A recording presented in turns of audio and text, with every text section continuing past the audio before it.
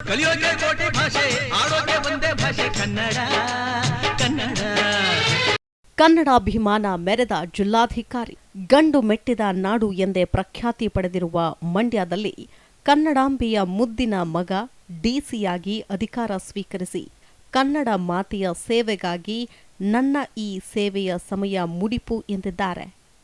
ಪ್ರಸ್ತುತ ಮಂಡ್ಯ ಡಿಸಿಯಾಗಿರುವ ಡಾಕ್ಟರ್ ಕುಮಾರ್ ರವರು ಕರ್ನಾಟಕದಲ್ಲಿ ಕನ್ನಡವೇ ಪ್ರಧಾನ, ಕನ್ನಡಿಗನೇ ಸಾರ್ವಭೌಮ, ಕನ್ನಡಾಂಬೆಯ ಸೇವೆಗಾಗಿ ನಾವು ಸದಾ ಸಿದ್ಧ ಅನ್ನೋದನ್ನ ಸಾಬೀತುಪಡಿಸಿದ್ದಾರೆ. ಕನ್ನಡಪರ ಸಂಘಟನೆಗಳು, ಕನ್ನಡಾಭಿಮಾನಿಗಳು, ಕನ್ನಡ ಸಾಹಿತಿಗಳು, ಹೋರಾಟಗಾರರು ಪದೇ ಪದೇ ಮನವಿ ಸಲ್ಲಿಸಿ ಮಂಡ್ಯ ನಗರ ಹಾಗೂ ಇತರೆ ತಾಲೂಕು ಕೇಂದ್ರಗಳು, ಪಟ್ಟಣಗಳಲ್ಲಿ ವಾಣಿಜ್ಯ ಸಂಕೀರ್ಣಗಳು, ಅಂಗಡಿ ಮುಂಗಟ್ಟುಗಳು ಮತ್ತು ಕಾರ್ಯ ಸಂಸ್ಥೆಗಳ ಕಚೇರಿಯಲ್ಲಿ ಸಾಮಾನ್ಯವಾಗಿ ಕನ್ನಡ ಭಾಷೆಯನ್ನ ಪ್ರಧಾನವಾಗಿ ಬಳಸ್ತಾ ಇಲ್ಲ ಅನ್ನೋ ದೂರುಗಳು, ಆಕ್ಷೇಪಣೆಗಳನ್ನು ವ್ಯಕ್ತಪಡಿಸಿದರು.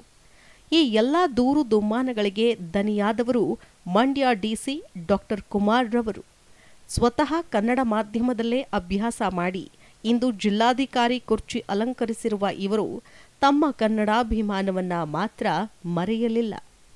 ಮಂಡ್ಯ ಜಿಲ್ಲೆಯ ಎಲ್ಲ ಅಂಗಡಿಗಳಿಗೆ ಕನ್ನಡ ನಾಮಫಲಕ ಕಡ್ಡಾಯ ಎಂದು ಜಿಲ್ಲಾಧಿಕಾರಿ ಡಾಕ್ಟರ್ ಕುಮಾರ್ ಆದೇಶ ಹೊರಡಿಸಿದ್ದಾರೆ.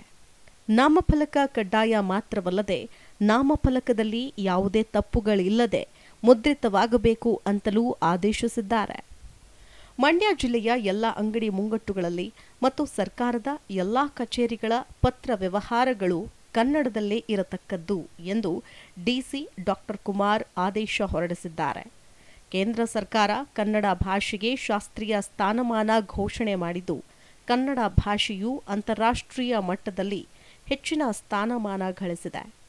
ಕರ್ನಾಟಕ ಸುವರ್ಣ ಸಂಭ್ರಮ 50ರ ಆಚರಣೆಯಲ್ಲಿ ಮಂಡ್ಯ ಜಿಲ್ಲೆಯಲ್ಲಿ ಪ್ರತಿಯೊಂದು ಕಾರ್ಯ ಸಂಸ್ಥೆಗಳು ತಮ್ಮ ನಾಮಫಲಕವನ್ನ ಕನ್ನಡ ಭಾಷೆಯಲ್ಲೇ ಅಳವಡಿಸತಕ್ಕದ್ದು.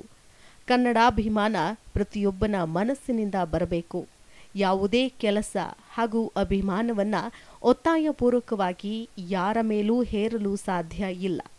ಜನರು ಸ್ವಯಂ ಪ್ರೇರಿತರಾಗಿ ಆದೇಶವನ್ನ ಪಾಲಿಸುವಂತಾಗಬೇಕು. ಕೇವಲ ನವೆಂಬರ್ ತಿಂಗಳ ಕನ್ನಡಿಗನಾಗದೆ ಕನ್ನಡಾಭಿಮಾನವನ್ನ ಮೈಗೂಡಿಸಿಕೊಳ್ಳುವಂತಾಗಬೇಕು. ನಾವು ಜೀವಿಸ್ತಾ ಇರೋದು ಕರ್ನಾಟಕದಲ್ಲಿ. ಕನ್ನಡ ಮಾತೃಭಾಷೆ, ಕನ್ನಡವನ್ನ ಗೌರವಿಸೋದು ನಮ್ಮ ನಿಮ್ಮೆಲ್ಲರ ಆದ್ಯ ಕರ್ತವ್ಯ ಎಂದಿದ್ದಾರೆ. ಈ ಕನ್ನಡಾಭಿಮಾನಿ ಡಿಸಿ ಡಾಕ್ಟರ್ ಕುಮಾರ್ ರವರ ಕನ್ನಡಾಭಿಮಾನಕ್ಕೆ ಹಲವು ಕನ್ನಡಪರ ಸಂಘಟನೆಗಳು, ಸಂಘ ಸಂಸ್ಥೆಗಳು ಮೆಚ್ಚುಗೆ ವ್ಯಕ್ತಪಡಿಸಿವೆ.